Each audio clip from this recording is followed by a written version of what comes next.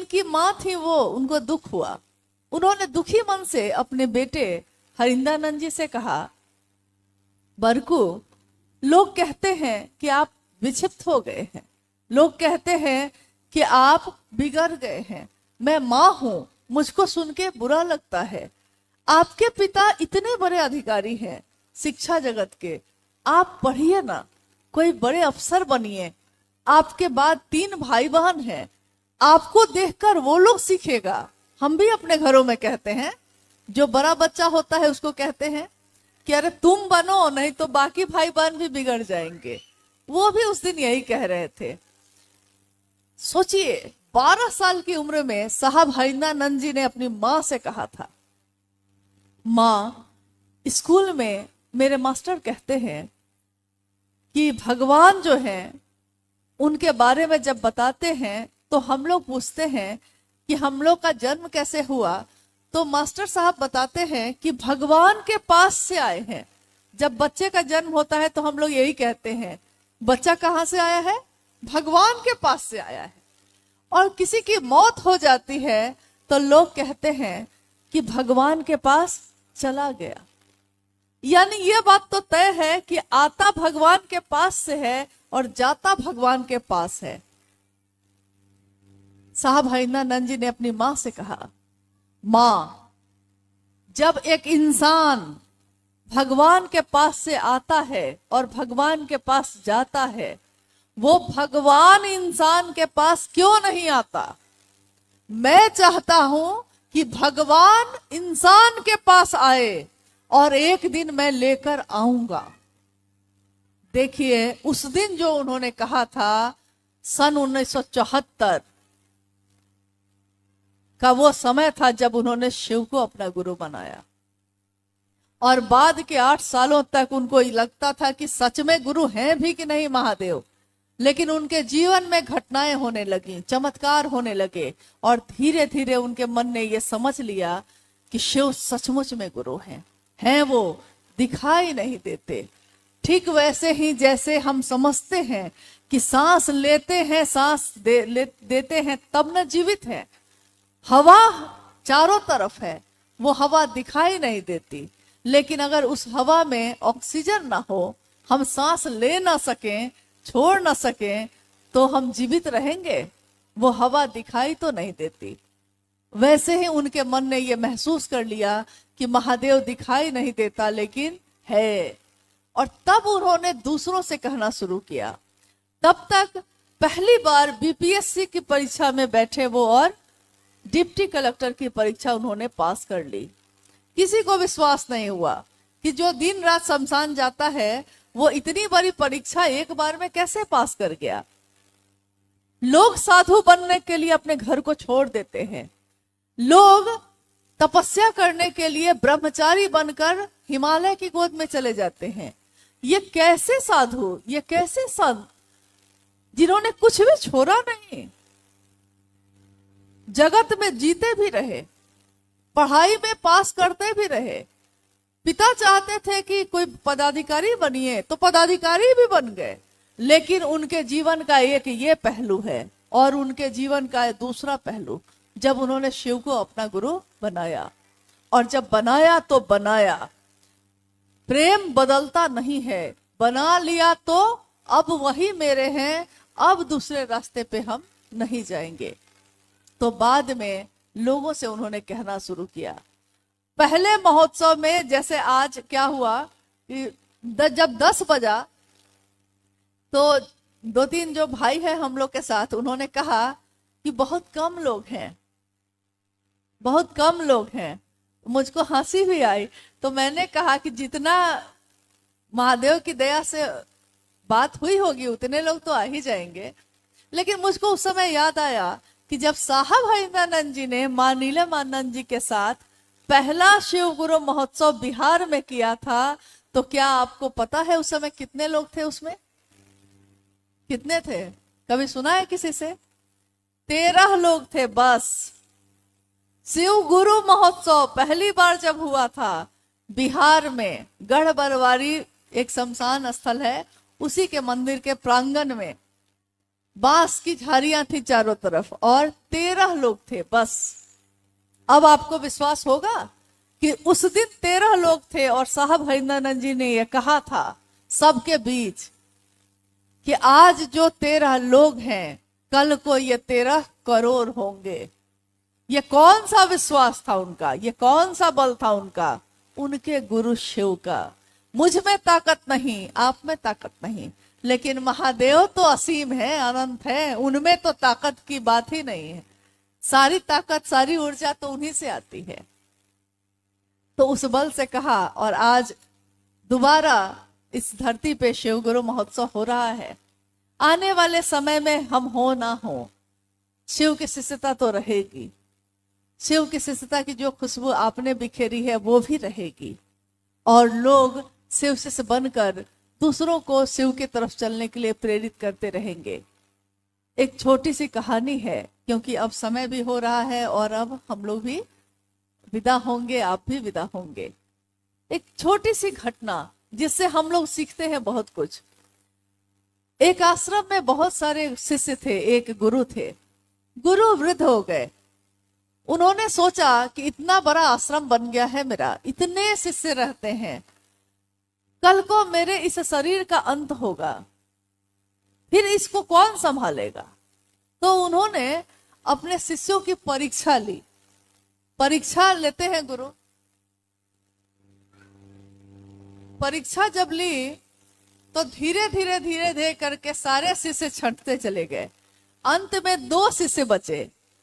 गुरु ने सोचा कि अब दोनों शिष्य जो है बराबर है, इसमें से कौन सबसे अच्छा है पता नहीं चल पा रहा है। दोनों के अंक बराबर आए तो उन्होंने सोचा कि एक और परीक्षा तब ली जाए। तो उन्होंने कहा, एक गेहूं के दानों की पोटली थी, 2 पोटली बनाई, दोनों शिष्यों को बुलाया और कहा कि एक तुम्हारे लिए है और एक तुम्हारे लिए है। और ये कहा कि मैं कुछ दिनों के लिए जा रहा हूं, लौटूंगा तो जो मैंने तुमको दिया है ना, ये मुझको वापस चाहिए। मतलब तुमको अमानत देके जा रहा हूं, रखना, लौटने पे मुझको वापस करना। गुरु चले गए। पहले शिष्य ने सोचा गुरु की दी हुई चीज है, बेशकीमती है, इसको तो बहुत संभाल के रखना चाहिए। तो उसने अपनी तिजोरी में जाकर उसको बंद कर दिया। गुरु की दी हुई चीज है, भाव तो बहुत अच्छे थे। दूसरे शिष्य ने सोचा कि गुरु ने दिया है, थोड़ा सा ज्ञान था उसको, उसने सोचा रख दूंगा कहीं खराब ना हो जाए। तो आश्रम के पीछे जो जमीन थी उसने क्या किया, उसको खेत बनाया, जमीन को, और खेत की क्यारी बनाई और गेहूं के दाने को उन खेतों में लगा दिया। 3 महीने बाद गुरुजी लौटे वापस। पहले शिष्य को बुलाया और कहा कि जो मैंने तुमको दिया था वापस करो। उस शिष्य ने कहा गुरुजी बहुत अच्छे से रखे हैं। गया दौड़ के लाने, निकाला, लाया, पोटली खोली गई तो क्या हाल हुआ होगा? क्या? दाने सब सड़ गए थे, क्योंकि पोटली में बांध के रख दीजिएगा तो वो सड़ ही जाएगा। और दूसरे शिष्य को बुलाया, कहा कि मेरी पोटली वापस करो। अब वो शिष्य घबरा गया। उसने कहा गुरुजी मेरे हाथ में नहीं है। गुरु ने पूछा कि तुम्हारे हाथ में नहीं है तो कहाँ है? तो उनको हाथ पकड़ के पीछे लेकर चला गया और पीछे दिखाकर बोलता है, ये जो खेतों में बालियां है ना गुरुजी, आपके वो थोड़े से जो गेहूं के दाने थे उसी का परिणाम है ये, तो अब मैं कैसे दूं? अब सोचिए गुरुजी ने किसको चुना होगा? उसको जिसने गुरु की दी हुई चीज को और बढ़ाया। एक दिन साहब यहां आए, उन्होंने शिव की शिष्यता का दान दिया, शिव का ही दान दे दिया। कहा कि तुम लोग बढ़ाना, और गुरु का आदेश था, ये शिव का आदेश था, जो तुम करते हो दूसरे को करने को कहना। गुरु के आदेश को उसने दूसरों तक पहुंचाया। साहब हरिंद्रानंद जी ने दूसरों तक पहुंचाया और कहा इसको बढ़ाना। हम शिव के शिष्य बन के अगर घर में बैठे रह गए तो वो शिष्यता बढ़ेगी या मेरे साथ ही खत्म हो जाएगी।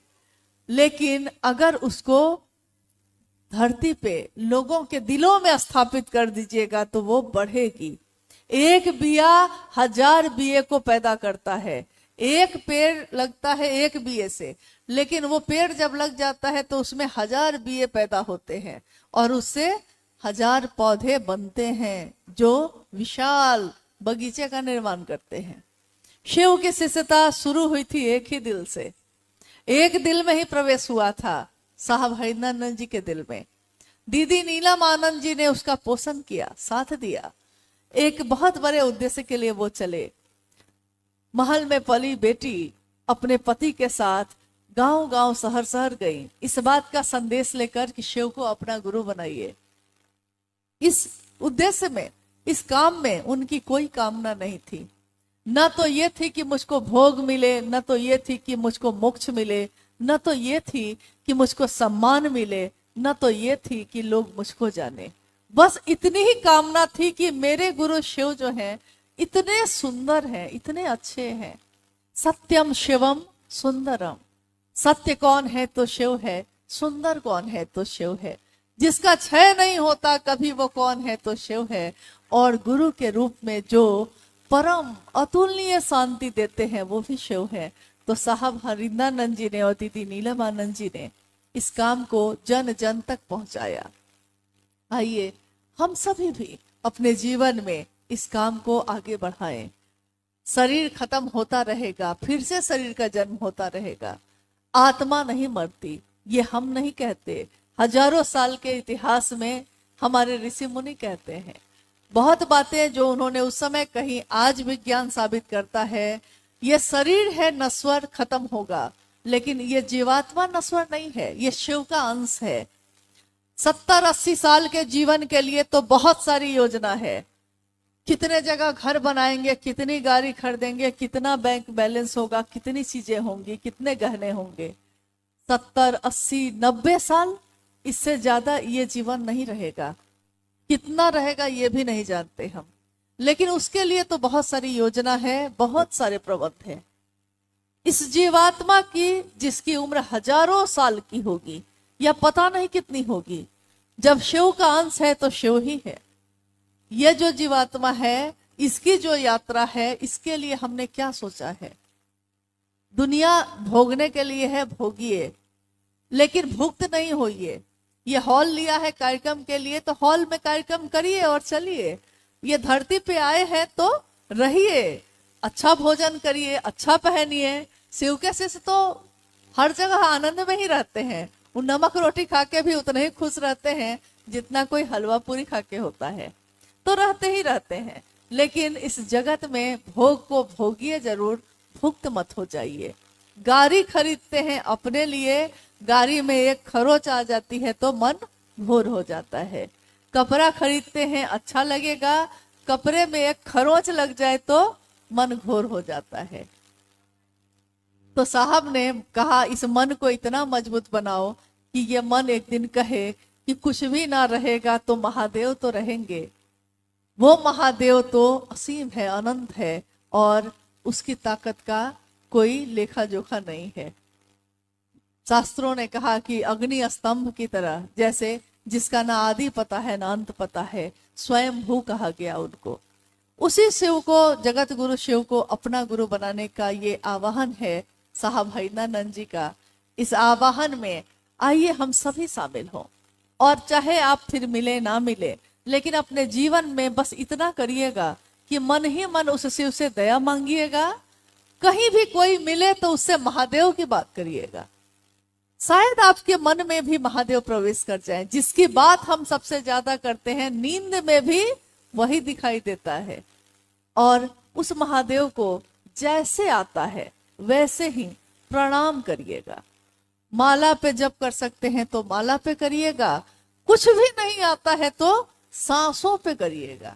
सांसों की माला पे जप लूं मैं शिव का नाम, इस सांसों की माला पे मैं शिव का नाम जप लूं, इस सांसों की माला का की कोई गिनती नहीं होती। जब जन्म हुआ तो शुरू हुई, जब शरीर खत्म होगा तो खत्म होगी। यानी इस पूरे जीवन के माला पे उस शिव का नाम हम जप सके, ऐसी दया मेरे गुरु शिव हम सबों पर करे। हमारा आपका जीवन शिवमय हो, सुखमय हो, और हम अपने गुरु को गुरु दक्षिणा में, जैसा भाई अनु जी ने कहा, अर्चितानंद जी ने कहा, गुरु दक्षिणा वही होती है, शिव शरीर में नहीं। आपके कपड़े की जरूरत नहीं उनको, आपके पैसे की जरूरत नहीं, आपके फल आपकी मिठाइयों की जरूरत नहीं, भाव की जरूरत है। जिस तरह किसी भी रिश्ते में भाव की जरूरत होती है, शिष्य भाव दे सके, ये तीनों सूत्र निस्वार्थ भाव से कर सके, ये तीनों सूत्रों का जो हम करने की का तरीका है, प्रक्रिया है, यही गुरु दक्षिणा है। क्योंकि कृतज्ञता, एहसान मानना, अपने गुरु के लिए झुकना, यही सबसे बड़ी गुरु दक्षिणा है। हम अपने गुरु को ये दे सके। और जैसा सुबह से ये बात हो रही है कि अंडमान निकोबार की इस धरती पे बहुत सारे द्वीप हैं, हर जगह ये बात, ये संदेश पहुंच सके, इसमें आपके सहयोग की जरूरत है। आप सब थोड़ा ही सही लेकिन महादेव के लिए भी करने की कोशिश करिएगा। चलिए अब हम लोग आप लोगों से विदा लेते हैं। फिर जीवन रहा, फिर पाए तो जरूर आएंगे, लेकिन आए ना आए, एक दूसरे के दिलों में ये स्मृति हमेशा ताजी रहे, अच्छी रहे, जगी रहे। महादेव मेरे गुरु हैं, आपके भी हैं, और अगर ये बना रह गया तो हमारा आपका रिश्ता तो हमेशा रहेगा। शायद इस जन्म में शरीर खत्म हो जाए, लेकिन शिव शिष्यों का रिश्ता कितने जन्मों का होगा हम नहीं जानते। एक बार साहब से मैंने पूछा था कि आपके लिए जो हम सबका मन इतना लुभाता रहता है, ये कि कहते नहीं है कि तेरा मुझसे है पहले का नाता कोई, ऐसे ही तो दिल को नहीं लुभाता कोई। तो साहब ने कहा था कि शिव से जो आज हैं लाखों की संख्या में, इन सभी से मेरा रिश्ता हजारों वर्षों से है, कितने जन्मों से है, ये एक जन्म का रिश्ता है ही नहीं। तो ये मेरा विश्वास है कि ये इस जन्म का रिश्ता सिर्फ हमारा आपका नहीं है, पहले का भी था और आगे भी रहेगा ही रहेगा। इसलिए जब ये तय है कि साथ ही रहना है, तो आइए प्रेम से शिव भाव में रहते हैं। हम सबका जीवन शिवमय हो, सुखमय हो, इसी की कामना करती हूँ। अपने गुरु शिव को प्रणाम करती हूँ और आप सभी के भी चरणों में मेरा प्रणाम है।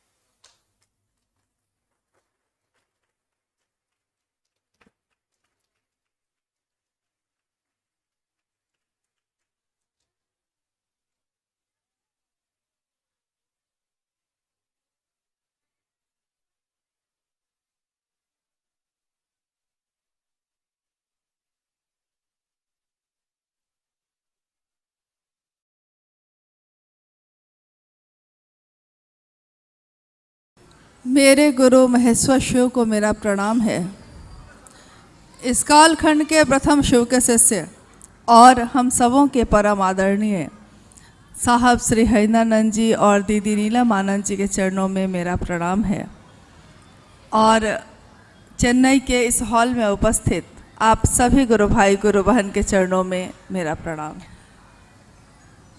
हमारे आपके जैसे लाखों करोड़ों लोग जो अब तक शिव को अपना गुरु मान चुके हैं, और उससे भी ज़्यादा वैसे लोग जो प्रतीक्षा में हैं लेकिन जिन्होंने अभी तक शिव को गुरु नहीं माना है, उन सब के लिए आज का दिन बड़ा सौभाग्य का दिन है।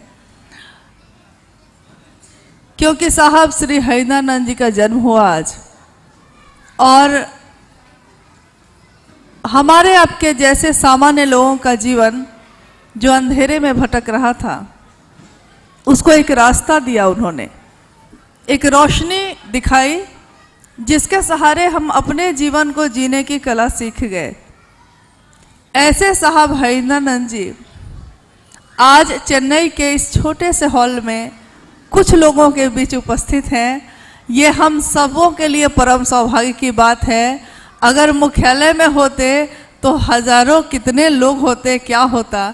लेकिन हम लोगों ने अक्सर देखा कि ये अपने जन्म दिवस को या ऐसे किसी भी महत्वपूर्ण तिथि को मनाने में विश्वास नहीं रखते, और अगर कोई ज़्यादा कर दे तो इससे इनको बड़ी चिढ़ होती है। ऐसे समय में भी लगातार यात्राएं करना, वैसी जगहों पे ज़्यादा समय देना जहाँ ज़रूरत है, ये एक सेवका शिष्य ही कर सकता है। क्योंकि हमने तो दुनिया में अभी तक यही देखा कि जो भी थोड़े बड़े हुए, जो भी थोड़ा सम्मान के पात्र हुए, तो उन्होंने अपना सारा दिवस मनाना शुरू किया, लेकिन जिस शिव से सब कुछ लिया था उस शिव का कोई दिवस नहीं मनाया। उस शिव के लिए खुद तो प्राप्त किया, दूसरों को नहीं दिया। तो आज हम सबों का परम सौभाग्य है। बात ये नहीं है कि संख्या कितनी है, ज़्यादा है कि कम है, ये तो उद्देश्य भी नहीं है शिव चर्चा का। हंगामा खड़ा करना हमारा मकसद नहीं है। हंगामा हो जाए, बहुत संख्या में लोग हों या चारों तरफ धूम मच जाए, ये तो शिव चर्चा का उद्देश्य भी नहीं है। इसका उद्देश्य है कि ये सूरत बदलनी चाहिए। चाहे मेरे दिल में जले, चाहे तेरे दिल में जले, लेकिन ये शिव शिष्यता की आग जलनी चाहिए, चाहे हम कहीं हो, चाहे आप कहीं हो। तो आइए आज के इस समय का कुछ सुंदर उपयोग हम लोग कर ले। इस हॉल में जितने भी लोग उपस्थित हैं, हम लोग जब से आए हैं देखा हमने कि कुछ लोग हलचल में हैं, कुछ लोग सो रहे हैं, थक गए होंगे, और कुछ लोग बस ऐसे इधर उधर देख रहे हैं। लेकिन हम में से कितने लोग इस बात को समझते हैं कि जीवन में कोई भी ऐसा मौका, कोई भी ऐसा समय हमेशा नहीं मिलता। मौका एक बार ही मिलता है। अगर वो समय गुजर गया, फिर ये समय दोबारा नहीं मिलेगा। हो सकता है आपको इससे भी अच्छा कुछ मिल जाए, लेकिन आपके गुरु सबसे अच्छे हैं, सबसे ऊपर हैं। इस गुरु के बाद फिर दोबारा जिसमें साहब का भी सानिध्य हो, दोबारा नहीं मिलेगी। इसलिए मेरा अनुरोध है कि आप जहाँ हैं, बैठे हैं, खड़े हैं या बच्चे भी हैं, तो उनको थोड़ा प्रयत्न करके बैठा के शांत करने की कोशिश करिए। ऐसा नहीं है कि बच्चे हलचल में ही रहते हैं, क्योंकि हमारे ही इतिहास में, हमारे प्राचीन समय में भी, और जिस दक्षिण भारत में आप बैठे हैं, अभी भी यहाँ पे गुरुकुल परंपरा चलती है। और उस गुरुकुल परंपरा में छोटे छोटे बच्चे गेरुआ वस्त्र धारण किए हुए संस्कृत के श्लोक पढ़ते हुए नजर आते हैं। हम कहते हैं कि समय बदल गया, हम सोचते हैं कि अब बच्चे वैसे नहीं रहे, लेकिन क्या हमने कभी ये सोचा है कि हम भी तो वैसे नहीं रहे?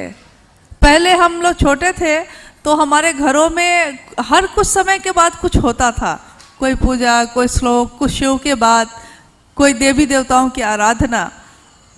इससे आपके घर में भी एक संस्कार का उदय होता है, बच्चे कुछ सीखते हैं। लेकिन आज अपने घर में जाके देखिए क्या होता है। कोई एक आदमी टीवी देख रहा है तो दूसरा आदमी लैपटॉप खोल के बैठा है, तीसरा आदमी टैब लिए हुए है, तो चौथा आदमी मोबाइल पे है।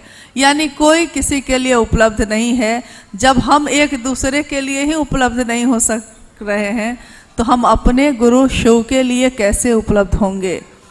तो थोड़ा हम लोग जागें, थोड़ा अपने मन की थकान को उतारें, क्योंकि कल रात में हम लोग भी लंबी यात्रा करके आए हैं। आप सोचते हैं कि एक दिन की, तो नहीं भाई साहब, हम लोग लंबी यात्रा में लगातार हैं सारे लोग। हम लोग तो फिर भी बहुत कम, साहब खुद जो सुबह जग के लगातार उनकी दिनचर्या चलती है, वो आधी रात में ख़त्म होती है, और ये सिलसिला बरसों से है। आज भी कहते हैं 70 साल के युवा का दर्शन भी आप कर सकते हैं, क्योंकि हम बहुत पीछे हो जाते हैं अगर उम्र इसका पैमाना है। अब सोचिए कि आखिर इतनी ताकत, इतनी शक्ति मिलती कहाँ से है? क्योंकि नई उम्र के लोग थक जाते हैं, और जो शिव की बात कर रहे हैं वो थकते नहीं।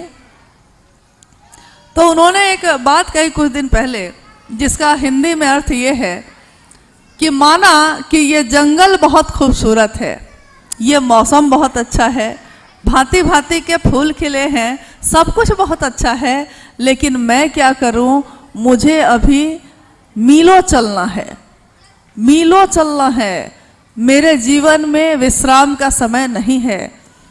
एक ऐसे व्यक्ति के जीवन में जिसमें उसका आध्यात्मिक जागरण हो गया हो, उसको नींद नहीं आती। आप अपने घर में अगर सबसे पहले सुबह में उठ जाइए और घर में बाकी सारे लोग सोए हों, तो आपको कैसा लगता है?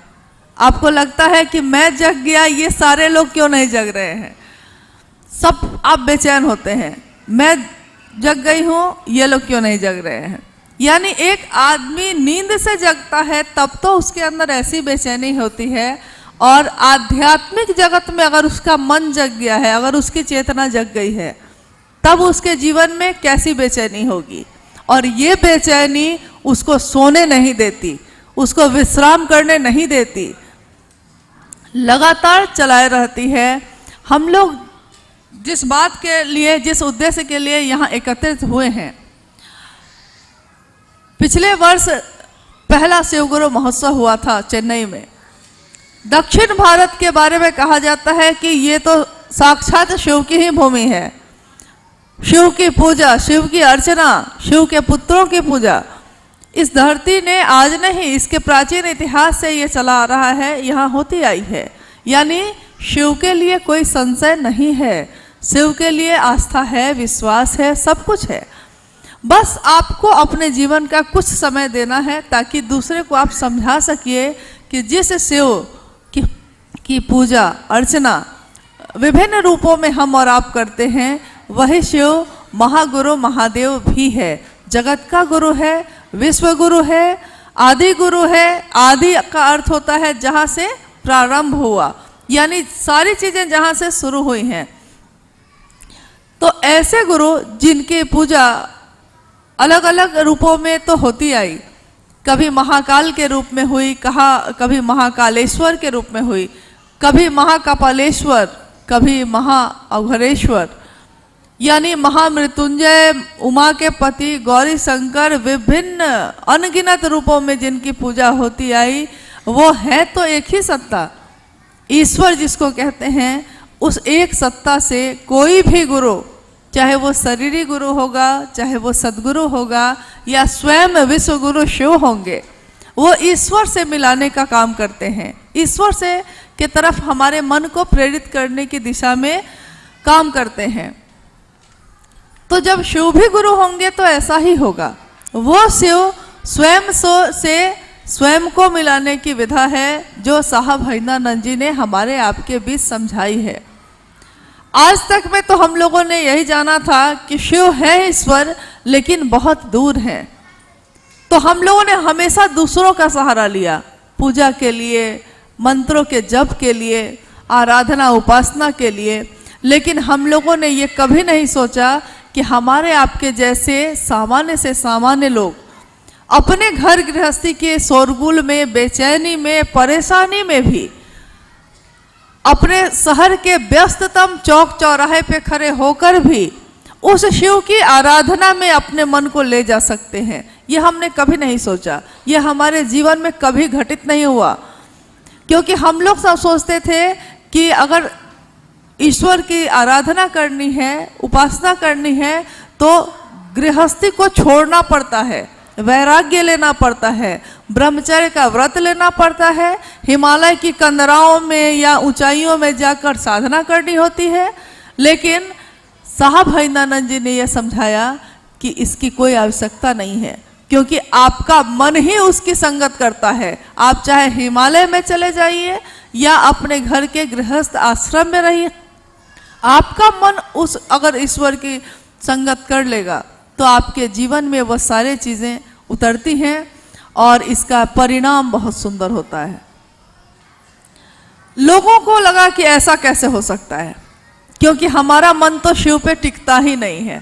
हम टिकाते हैं, बैठते हैं पूजा पे, साफ सुथरे होके धूप अगरबत्ती फूल लेकर बैठते हैं, लेकिन हमारा मन भाग जाता है। ऊपर से तो दिखता है कि देखिए कितनी श्रद्धा से हाथ जोड़ के आंखें बंद करके भगवान की पूजा कर रहा है कोई, लेकिन वो आदमी जानता है कि उसका मन कितनी देर भगवान पे टिका है, उसका मन नहीं टिकता। अब आइए कि आखिर ये 3 सूत्र जो उन्होंने दिए शिव को गुरु बनाकर, ये 3 सूत्र क्या है? ये 3 सूत्र जिस पे अभी थोड़ी देर पहले अनुभव भी बोल रहे थे, ये 3 सूत्र क्या हैं? क्योंकि कोई भी बड़ा उद्देश्य जब हम अपने मन में संकल्पित करते हैं और उस काम को करने की दिशा में बढ़ते हैं, अगर उस काम को करने का तरीका नहीं आएगा तो उस मंजिल को आप प्राप्त नहीं कर सकेंगे जिसकी दिशा में आप बढ़ रहे हैं। पहला सूत्र जिसमें हम मन ही मन कहते हैं, हे शिव आप मेरे गुरु हैं, मैं आपका शिष्य हूँ, मुझ शिष्य पे दया कर दीजिए। हे शिव आप मेरे गुरु हैं। हर शब्द इसका समझने और अनुभूत करने योग्य है कि हे शिव यानी ईश्वर को कहा जा रहा है, आप यानी आप, मेरे गुरु यानी मेरे अपने, आप अभी तक ईश्वर हैं, भगवान हैं, सबके लिए हैं। लेकिन जब तक आप मेरे लिए नहीं होंगे, सिर्फ मेरे लिए नहीं होंगे, आदमी का स्वभाव है वो उसकी परवाह नहीं करता। इस हॉल में आप हैं, इस हॉल की बुकिंग 1 दिन की है, इस हॉल से आज हम लोग चले जाएंगे कि आप में से कितने लोग लौट के आएंगे देखने के लिए कि इस हॉल में कहीं कुछ टूट फूट भी गया है क्या, कुछ गंदगी भी है, सफाई की ज़रूरत है। नहीं आएंगे क्योंकि ये आपका नहीं है, लेकिन जिसका होगा वो आएगा, वो सफाई करेगा, वो जाएगा। सड़क पे हम और आप सब समान रूप से चलते हैं, रेलवे पे चलते हैं, अगर टूट जाती है सड़क, सरकार को कोसते हैं हम, लेकिन क्या हम में से कोई आगे बढ़ता है उसको ठीक करने? क्योंकि वो सबकी है तो मेरी नहीं है, मेरी सिर्फ नहीं है तो हम परवाह नहीं करते, उसका भी है, उसका भी है, उसका भी है। इस चक्कर में पता चलता है कि वो बेचारा किसी का नहीं है। एक छोटी सी कहानी है कि एक राज्य में एक मतलब राजा का राज्य था, अकाल पड़ा, सूखा पड़ा। राजा ने मुनादी करवा दी कि पंडित को बुलवाया, ज्योतिषी को बुलवाया, उन लोगों ने राय दिया कि अगर आपके राज्य के का एक एक व्यक्ति एक बहुत बड़े कुएं में जो राज्य के बीचों बीच स्थित है, एक निश्चित समय पे एक एक लोटा दूध उसमें डालेगा और जब कुआं दूध से लबालब भर जाएगा तो ईश्वर प्रसन्न हो जाएंगे और आपके राज्य का अकाल सूखा खत्म हो जाएगा। राजा तो राजा होता है, उसको क्या दिक्कत है, उसने तुरंत मुनादी करवा दी। पूरे राज्य में ढिंढोरा पीट दिया गया कि अमुक दिन आना है, सबको 1 लोटा दूध लेके आना है और कुएं में दूध भर जाना चाहिए। जिस दिन ये घटना होनी थी, राजा अपने महल के सबसे ऊपर वाले जगह पे खड़े होकर देखने लगा। देखकर बड़ा प्रसन्न हुआ। उसने देखा कि उसके राज्य के सारे व्यक्ति, लंबी मीलों लाइन लगी हुई है और सारे लोगों के हाथ में बड़ा बड़ा लोटा। राजा प्रसन्न हुआ। उसने सोचा कि देखिए सबने मेरे कहे अनुसार किया तो निश्चित इसका परिणाम वैसा ही होगा जैसा ज्योतिष और पंडित लोग कहते हैं। अंतिम लोटा राजा को खुद देना था। जब सारे लोगों की लाइन खत्म हो गई, जब सबने ये काम कर लिया और राजा अपने लोटे को दूध से भर के लेके जाता है तो देखता क्या है कि पूरा कुआं भरा हुआ है लेकिन पानी से भरा है। राजा तो अवाक हो गया, स्तब्ध हो गया। उसको लगा ये क्या हुआ। उसने फिर से मुनादी करवाई, अपने राज्य के सभी लोगों को एक जगह इकट्ठा किया। उसने पूछा कि मैंने तो ये कहा था, आपने ये क्या किया। हर व्यक्ति का एक ही उत्तर था। हर व्यक्ति ये कहता था कि मैंने सोचा कि सबने डाला होगा तो एक मेरे नहीं डालने से क्या पता चलेगा। लेकिन ये दुर्भाग्य ये हो गया कि सबने यही सोचा। सबने यही सोचा कि हम नहीं डालेंगे तो क्या होगा, सब तो डाल ही रहे हैं, काम तो हो ही जाएगा। हमारे आपके बीच भी ऐसा ही घटित हो रहा है। साहब हरिनानंद जी ने कहा शिव को गुरु बनाओ। उन्होंने कहा कि आपका मन टिके और शिव की तरफ चले, इसके लिए मदद लीजिए इन 3 सूत्रों से। पहला, जिसमें आपका मन जुड़ना जरूरी है। किसी भी संबंध में, जिस संबंध के प्रति आपका मन जुड़ाव रखता है, आप उसकी परवाह करते हैं। पति है, पत्नी है, सालों बीत गए, मन नहीं जुड़ा है तो तलाक हो जाते हैं। बच्चा है, बड़ा हो गया, मन से उसके उतर गया कि मेरे माता है, मेरे पिता हैं, तो वो अपने बूढ़े माँ बाप की परवाह करना छोड़ देता है, विदेश की यात्रा पर निकल जाता है। मन से उस भाव का भान ही खत्म हो गया। यानी मन का जुड़ाव सबसे ज्यादा जरूरी है, तभी आप आगे का कोई काम कर सकेंगे। इसीलिए आपके मन से कहा गया, क्योंकि मन की गति सबसे तेज होती है। अभी आप यहाँ बैठे हैं, आप में से बिहार, यूपी और बेंगलोर, मैसूर सब जगह के लोग दिख रहे हैं। तो अभी आप जहाँ से आए हैं, आपके मन को वहाँ पहुँचने में कितना समय लगेगा? आपने सोचा और आप पहुँचे, लेकिन आपके शरीर को पहुँचने में समय लगेगा। ठीक वैसे ही वो शिव भाव सत्ता है, उससे भाव में ही संपर्क संभव है। उस शिव के पास आपके मन की गति पहुंच सकती है। इस शरीर से उस तक पहुंचना शायद संभव होगा कि नहीं, लेकिन मन से पहुंचना संभव है। तो उन्होंने कहा अपने मन की गति पे ये संप्रेषण दीजिए कि शिव आप मेरे हैं, मैं आपका शिष्य हूँ, मुझ शिष्य पे दया कीजिए। शिष्य किसी का नहीं होता। ये भी थोड़ा ध्यान देने योग्य बात है कि हम में से जितने लोग भी शिव की बात करते हैं, हम सोचते हैं कि ये महादेव वही महादेव हैं जिनकी पूजा होती है, और उनसे सब कुछ करने के साथ ये भी एक काम हम लोग कर लेंगे। तो हम लोग कहते हैं कि चलिए ये भी कर लेंगे। लेकिन आप ये बताइए, एक बच्चा जब स्कूल में अपनी शैक्षणिक शिक्षा लेने जाता है, स्कूल में पढ़ने जाता है, तो वो क्या करता है? क्या उस समय वो किसी का बेटा होगा तो पढ़ाई कर सकेगा? मास्टर अगर उसका पिता भी होगा, तब भी जब तक उसका पुत्र पढ़ना नहीं चाहेगा, वो पढ़ा नहीं सकता। तो उस शिव से हम दया मांगते हैं कि हे शिव आप मेरे गुरु हैं, मुझ शिष्य पे दया करिए ताकि मैं आपके दिए हुए काम को कर सकूं। गुरु का आदेश है दूसरा सूत्र, जो आपने सुना, मंडल सर ने कहा। आप में से कितने लोगों ने ध्यान से सुना मुझे नहीं पता, लेकिन मैं खुद सुनती हूँ, इसलिए मुझे लगा आपने भी सुना होगा। दूसरा सूत्र जहाँ आया था, जहाँ कहा गया था कि तुम जो करते हो तुम दूसरे को नहीं कहते। यानी गुरु का आदेश ये था कि शिव के गुरु स्वरूप की चर्चा की जाए, इस दुनिया में की जाए। गुरु आदेशित कर्म, गुरु आदेश का क्या महत्व होता है, आइए हम लोग इसका भी बहुत सारे उदाहरण हैं इतिहास में।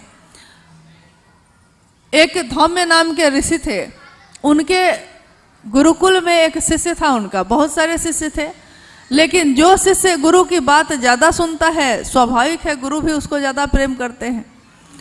तो आरुणी नाम का शिष्य था। वो अंधेरी रात थी, एक रात ऐसी आई जो काफ़ी अंधेरी थी और बारिश हो रही थी। खेत थे, आश्रम के खेत होते हैं जिसमें अनाज उगते हैं, सब्जियां उगती हैं, उसी से आश्रम का काम चलता है। तो तेज बारिश होने लगी, तूफानी रात आ गई।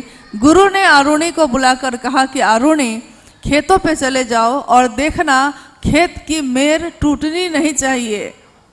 बस गुरु ने इतना ही कहा। रात बीत गई, पूरी रात गुजर गई, आरुणी वापस नहीं आया। जब वापस नहीं आया तो गुरु को चिंता हुई, तो गुरु अपने शिष्य की तलाश में चले। कहा भी जाता है कि गुरु शिष्य की तलाश करते हैं। साहब ने शिष्य अनुभूति में लिखा है कि गुरु शिष्य की तलाश करते हैं। तो गुरु आरुणी की तलाश में चले कि कहाँ रह गया मेरा शिष्य, मैंने जो कहा वो करके लौटा नहीं। जब वहाँ जाते हैं वो खेतों में, तो देखते हैं रात की बारिश में खेत की मेर टूट गई है और टूटे हुए मेर पे आरुणी अपने शरीर को ही लेटा हुआ है, शरीर लेटा हुआ है उसका। अब गुरु अवाक हो गए उन्होंने अपने शिष्य को उठाया, गले से लगा लिया, ये क्या किया तुमने? तो आरुणि ने कहा कि मैंने बहुत कोशिश की, तन मन से बहुत कोशिश की कि ये बांध नहीं टूटे, मतलब खेतों की मेड़ नहीं टूटे गुरु, लेकिन जब अंतिम उपाय अब मेरे पास मेरा ये शरीर था तो मैंने सोचा कि अब मैं इसी का सहारा लेता हूं, और वो लेट गया। गुरु आदेशित कर्म, गुरु खुद नहीं आते, शिष्यों को करना होता है। तो गुरु आदेशित यह कर्म है दूसरा सूत्र, जिसमें शिव के गुरु स्वरूप की चर्चा दूसरों से करने के लिए कही जाती है। और ये हम और आप जो करने जाते हैं, तो हम में से बहुत लोग सोचते हैं कि वो आदमी ठीक होगा, उससे बात करना ठीक होगा, क्योंकि दूसरा तो बहुत बड़ा आदमी लग रहा है, पता नहीं वो मेरी बात सुनेगा या नहीं सुनेगा। लेकिन हम लोगों ने खुद देखा है, एक कर्नल के यहाँ खाना बनाने वाली महिला, जब उस कर्नल की बेटी बीमार हो गई और वो महिला सोचती थी कि मैं तो इनके यहाँ खाना बनाती हूँ, तो मेरी बात सुनेंगे ही नहीं, लेकिन उसने साहस करके कर्नल को कहा कि थोड़ा महादेव को गुरु मान के देखिए ना सर, सब डॉक्टर फेल कर रहे हैं, हो सकता है कुछ हो जाए। दुख में आदमी बड़ा नहीं होता, जब दुख पड़ता है तो सारे बड़ा होना भूल जाता है आदमी। दुख जब पड़ता है तो नंगे पांव शिवलिंग पे जाके माथा पटकते हैं, लेकिन जब शिव सुख में होते हैं तो गाड़ियों से मंदिरों के आगे से गुजर जाते हैं। तो देखिए, दुख आपको अपने असली रूप में ले आता है, जो हम हैं, जो आप हैं। तो उस समय उन्होंने शिव को गुरु माना, और जब इसका बहुत सुंदर रिजल्ट हुआ, तुरंत ही इसका परिणाम आया, उनके मन में विश्वास बढ़ा और वो आगरा से साहब से मिलने रांची आए। आने के बाद उन्होंने अपनी उस मेड को भी लाए जो खाना बनाती थी, और उन्होंने कहा इसने मुझको शिव का शिष्य बनाया, मैं नहीं जानता था साहब। तो आप नहीं जानते कि आप किसको कहेंगे और कौन आपकी बात मान जाएगा, आप नहीं जानते। आप कभी ये मत सोचिए कि कौन मानेगा कौन नहीं मानेगा। आपके गुरु सबसे बड़े गुरु हैं, आपके गुरु में बहुत ताकत है, हमारे में ताकत नहीं है। एक इंसान में सीमित सामर्थ्य, सीमित शक्तियां होती हैं, लेकिन आपके गुरु सीमित नहीं हैं, जिनको कहा जाता है ज्ञान के निधि अगम। अब तो कुछ बोलिए, ज्ञान के वो अगम निधि हैं आपके हमारे गुरु। उस गुरु को तीसरे सूत्र में प्रणाम करते हैं हम आप। नमः शिवाय महामंत्र है, महामंत्र से ही प्रणाम कर लेते हैं। प्रणाम भी मन ही करता है, चलिए मंत्र का सहारा ले लेते हैं, लेकिन भाव मन में प्रणाम का होना भी जरूरी है। आपने सोचा है कि शिव चर्चा में कोई कर्मकांड नहीं है, कोई कर्मकांड नहीं है, कुछ भी अलग से कोई प्रक्रिया, कोई क्रिया नहीं है। मात्र ये दो सूत्र तो आपके मन में ही करने हैं, आप कहीं भी कर सकते हैं। दूसरा सूत्र जो है, पहला और तीसरा सूत्र मन में करना है, दूसरा सूत्र व्यक्ति का व्यक्ति से जुड़ाव करता है। और इससे और भी काफ़ी सारी चीज़ें होती हैं। हमारे परिवार में, हमारे समाज में जाति, धर्म, लिंग, वर्ण, पुरुष स्त्री का जो भेद है, वो भेद भी खत्म होता है और एक स्वस्थ समाज का निर्माण होता है, जिसमें शिव होते हैं और जो सत्य हैं, जो सुंदर हैं, जो सबको शिव जैसा बना सकते हैं, जो सामर्थ्यवान हैं, जो आपको हमारे मन को अपनी तरफ खींच कर ले जा सकते हैं। गुलाब के फूल को हम मसल सकते हैं, क्योंकि गुलाब कोमल है, सुंदर है, सुगंधित है। लेकिन क्या आपने कभी कांटों को मसला है? नहीं मसला होगा, क्योंकि कांटों को मसलिएगा तो लहूलुहान कर देगा। ठीक वैसे ही शिव गुरु के रूप में गुलाब की तरह ही हैं, सुगंधित हैं, पुष्पित हैं, और मसलिए तब भी सुगंध देते हैं, तोड़िए तब भी सुगंध देते हैं, पैरों में छोड़ दीजिए तब भी सुगंध देते हैं। शिव सुगंध के सिवा कुछ नहीं देते। हमारे आपके जीवन में जो शिव गुरु बने हैं, हम सब अपने गुरु पे थोड़ा अभिमान करें, क्योंकि अभी तक हम लोगों ने सब पे अभिमान किया। मेरे पास गाड़ी है तो अभिमान है, मेरे पास बड़ा घर है तो अभिमान है, मेरे पास बड़ी दुकान है तो अभिमान है, लेकिन मेरे पास सबसे बड़ा गुरु है, इसका अभिमान हमको कब होगा? जब हो जाएगा तो आप चुप नहीं बैठिएगा, आप गली गली जाके कहिएगा, जिस तरह मीरा रानी गली गली घूम गई और गीत बने कि मीरा रानी दीवानी कहाने लगी, वो तो गली गली हरि गुण गाने लगी, महलों में पली बन के जोगन चली, मीरा रानी दीवानी कहाने लगी। रानी थी वो, लेकिन ईश्वर के प्रेम में दीवानी बनकर जोगन बनकर गली गली घूम गई। आज दुनिया उसको प्रणाम करती है, दुनिया उसका सम्मान करती है। रानी होकर जो उसने नहीं पाया था, रानी का वैभव होकर पाया है। आज शिव की चर्चा गली गली करने में आपको शर्म आती है, आपको संकोच होता है। मेरा अनुरोध होगा कि इससे सुंदर बात आज तक दुनिया में नहीं हुई है। सब ने अपनी अपनी बात कही, सब आए सब गए, लेकिन किसी ने ये नहीं कहा था कि हर व्यक्ति अधिकार रखता है शिव का शिष्य होने का। किसी ने ये नहीं कहा था कि शिव तुम्हारा अपना हो सकता है, उतनी बड़ी सत्ता वो मेरी हो सकती है, ये कभी मेरे जीवन में नहीं आया था। आज जब आया है तो आइए हम सब उस शिव की ओर चलें, उनको अपना गुरु माने और लोगों को प्रेरित करें। कुछ समय पूर्व अभी जब साहब यहाँ आए हैं, उससे 4-5 दिन पहले हिमाचल प्रदेश से पहली बार कुछ लोग आए